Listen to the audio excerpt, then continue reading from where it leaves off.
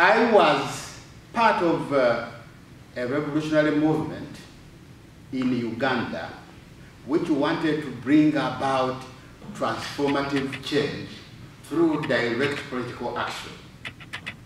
But then, in 1986, a very backward political force in the country gained power and took power. It's now about 30 years ago, and they are still in power. And at that time, we came to the conclusion that the people of Uganda were not ready for what we called a revolutionary message, and instead they went along with the mass backward force. But they did so happily, not knowing what was in store for them. And that was in 86. So in 1991, we took a formal decision saying that, you see, the way the world had changed, the way Uganda had suffered under all manner of violence, the country was no longer ready for any more violence. In any case, there was little support for any group which wanted to engage in violence praxis in the country, and the people themselves were tired. And we were of the view that there was something wrong with what we were saying to the people and calling revolution. And so we said, therefore, the message which we had learned from the Western University had come to an end. We had nothing new to offer to the people. And so we decided to disband and go back into the people and look for the true solution to the Uganda problematic. And we said, if after some time we find the answer, then we will reconvene to see how to move forward. And in the case we do not, well, those who will come after us will decide what to do. And within that framework, as a way of going back to the people, to my people, I organized a think tank, an Africa-wide think tank, to say what is the problem and what do we do about it.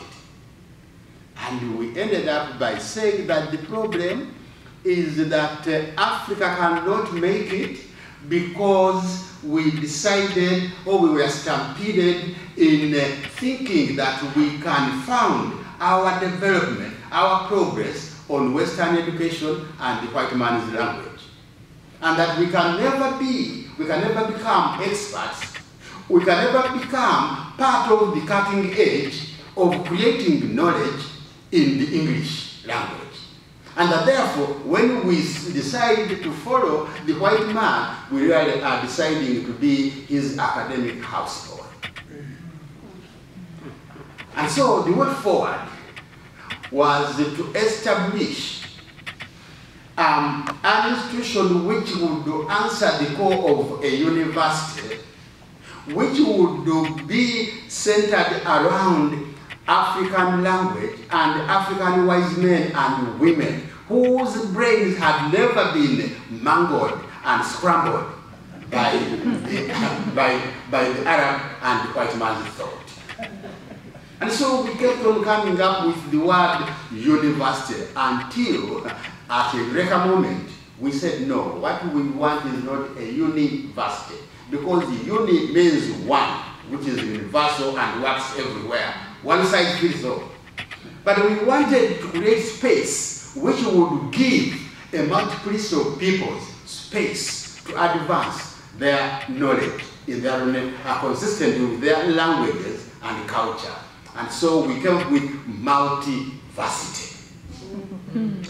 And so with Multiversity, I went to my community to build an institution of mother tongue higher learning centered around the wisest, the innovators, the philosophers in the community. But I will move, within about 5-6 years, I discovered something tremendous in my community.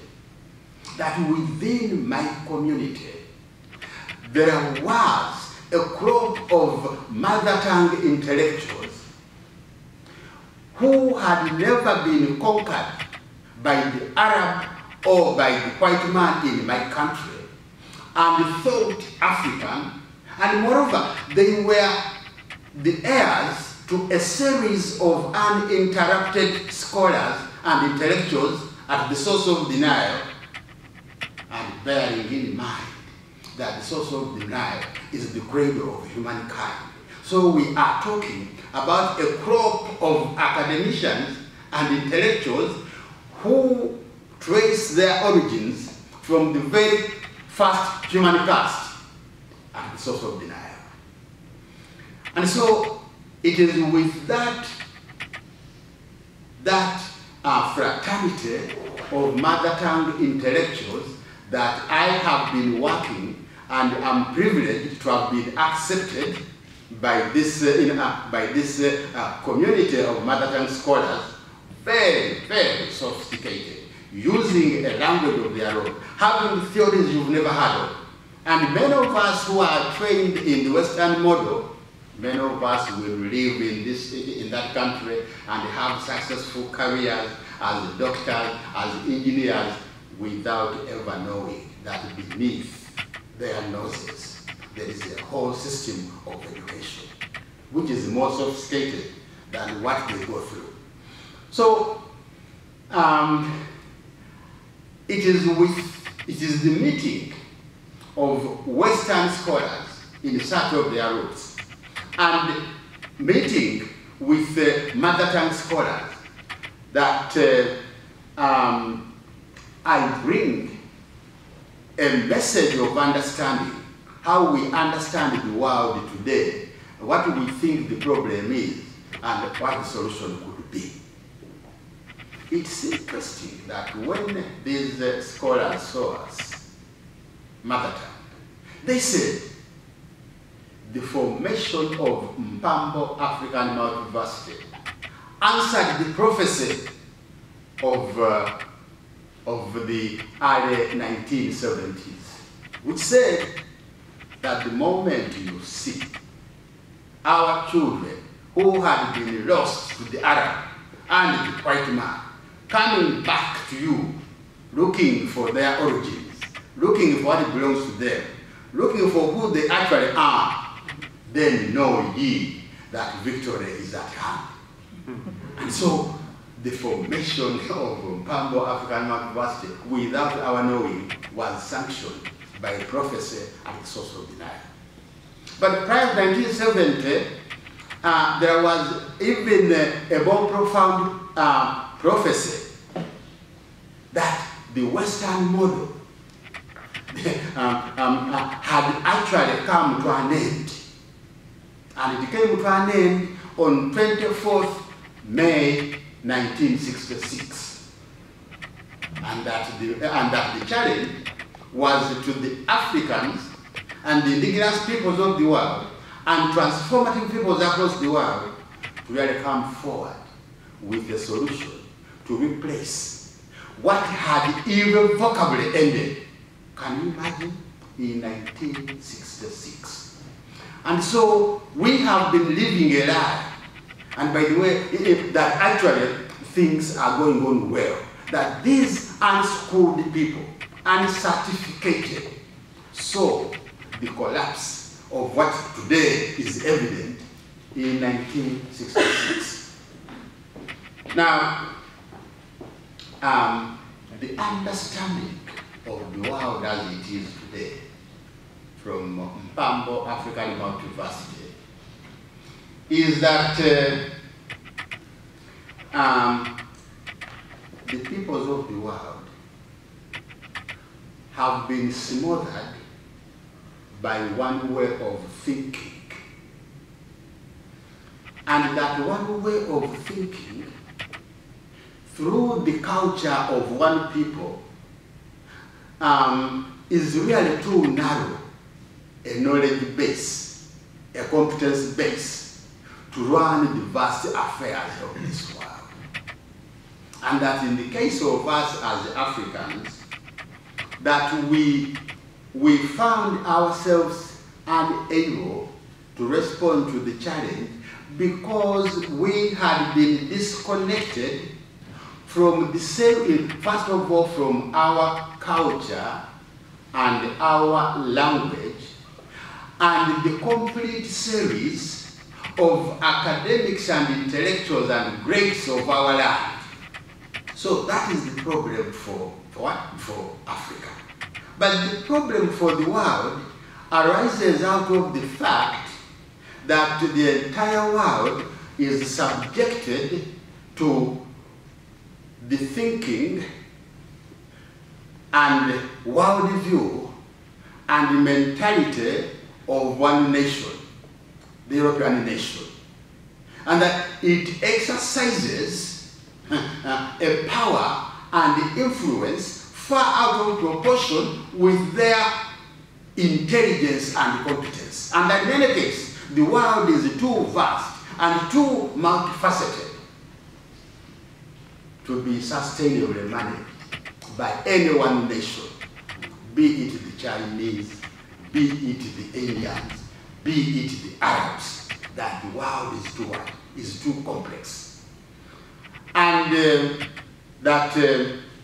moreover, that Europe tries to manage the world after cutting themselves off from their own knowledge base, claiming that somehow you become modern up in the air and you deny your heritage, your roots, and you even deny that there is indigenous knowledge.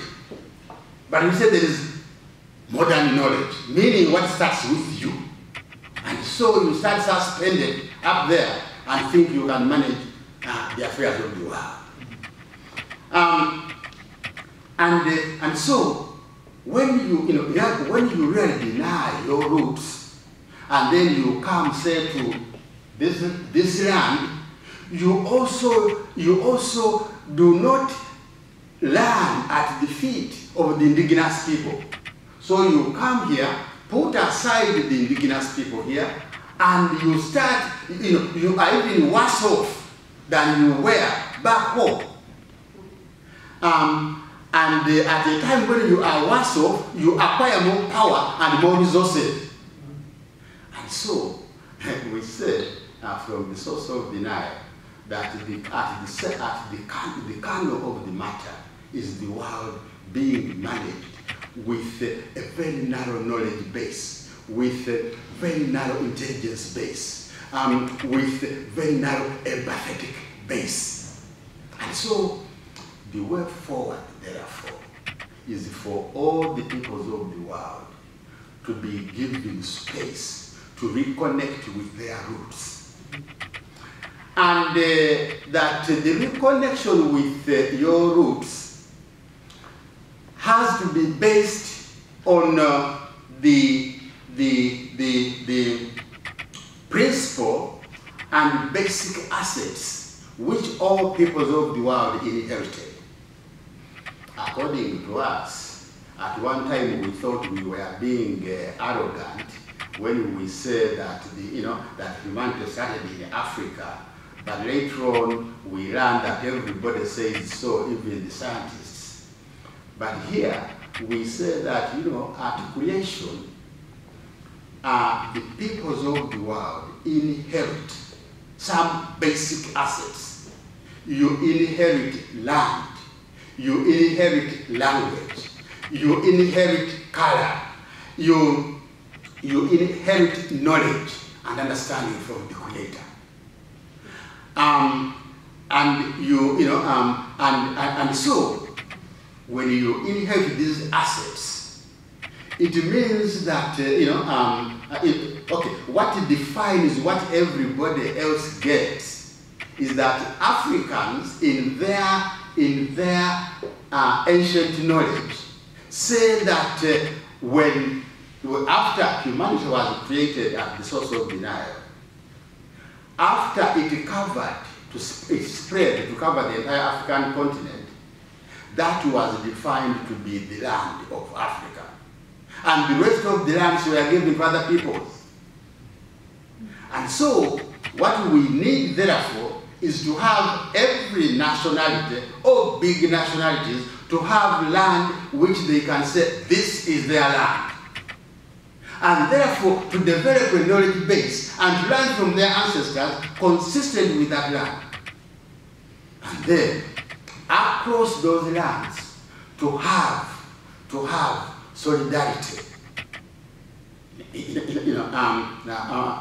have solidarity. And once we can have solidarity, then we can have peace, because it will be based on each one having their principal assets, which were inherited from the Creator.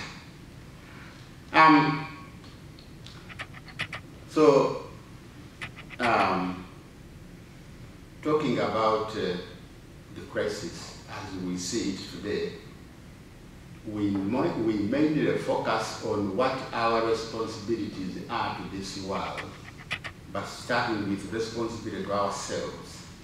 And we are now engaged in developing a knowledge base, which then we shall use, we shall employ to be able to answer the problems within our space. And if there is room for everybody to engage in knowledge creation, it means that there will be a multiplicity of centers of knowledge producing solutions to resolve their own problems, instead of producing solutions to subdue other people. So that is, in a nutshell. Maybe other issues we can, can be handled during question time. But basically, is that we find ourselves at this time, which we call Mulembe Mutinzi. Mulembe Mutinzi is a time of reconnecting what had been destroyed and disoriented. That this is the time for the people to stretch out their hand of friendship to other people and to other forms of life. Because we have claimed space for ourselves. This is a time when it is, when every nation needs a place, space, and base. Every nation needs a place, space, and base from which to be, from which to take care of those basic assets inherited from the Creator, and then on that build on other assets. And it means is about saying that actually the old epoch has objectively ended. But for it to be out of the stage, there is a subjective element where people need to be aware and to work very hard on solutions to replace what has expired. If we fail to do so, what has expired will continue being on the stage and at a very, very brave cost. At the center, as far as we are concerned as Africans, at the center of our work to really establish a knowledge base and philosophy is that we need to have a God of our own. And actually this God we've always had.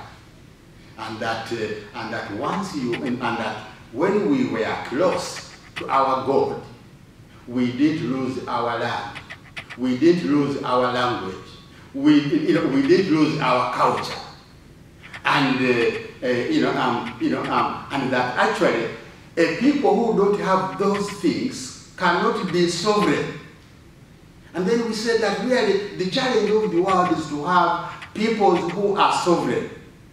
And when we looked at the world as it is today, we found that if you look around the world, if you look for nations or countries which are sovereign, Can you imagine we found that even the US is not self-determined or sovereign? Neither is Europe. Why?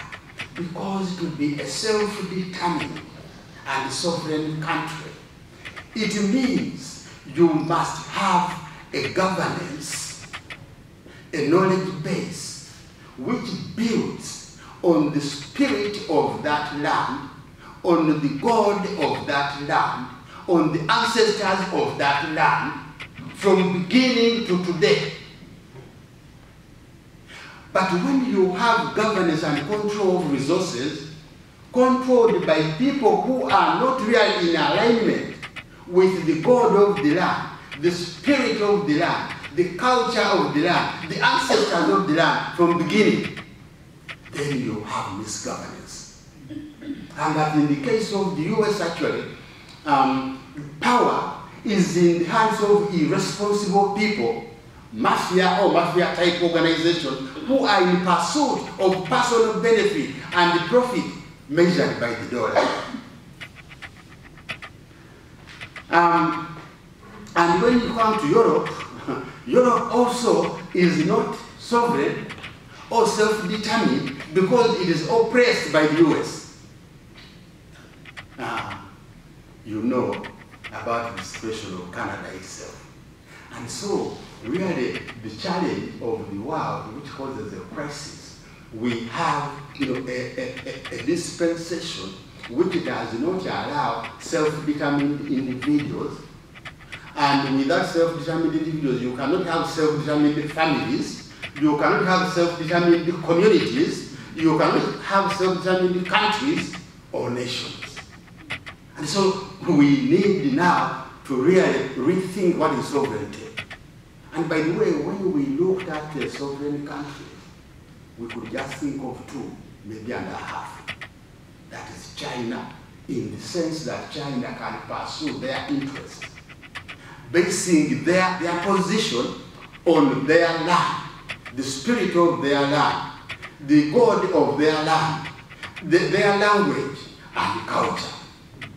And they can pursue their interests and really be able to assert it because they stand on the assets of what was given to them at creation. The next country is Iran. And the third country is Russia. But that one is a half because sometimes they are overtaken by the experiences of having been a social imperialist power. But otherwise they have the potential to be a self-determined and sovereign country. So the crisis we face in the world today is the lack of self-determined individuals, self-determined families. And without self-determined families, everything else works out. And in the case of Africa, that the challenge of Multiversity Mutinzi requires us to redefine the space that actually these countrylets, which are called the countries, are not countries. These are trumped up countries for purposes of disempowering us. And that the way forward is to see Africa as the basic unit of social and geographical organization. And so for us, Africa now becomes the principal unit of organization. And that we have developed and we are developing a grand sovereign narrative of the new African in a new dispensation which requires sovereign sovereign nations, that we have our own God, we have our own land, we have our own language, we have our own mathematics, and we have our own philosophy. And the task of Mpambo African Multiversity is to build this knowledge base. And next year, we have a series of publications. I'll send around a piece of paper so that you can see what we expect to do, what to publish next year. But also, before I sit down, I want to share with you that in 2016, we are going to celebrate at the source of denial the first 50 years of Mulembe Mutinzi. That is the fall of the old epoch and the rise of the new epoch. The fall of the old dispensation and the emergence of a new dispensation, which really has its language. And in my Multiversity, we are developing a whole new language and new philosophy and new, well, not new, but African mathematics. So this is the point for all of us who have been this, who have been set asunder by the old epoch, to look inside ourselves and do internal healing. And the point is that we do not prescribe anything for anybody, but we are ready to learn from other people's experiences, and we hope they too will have a thing or two to learn from ourselves.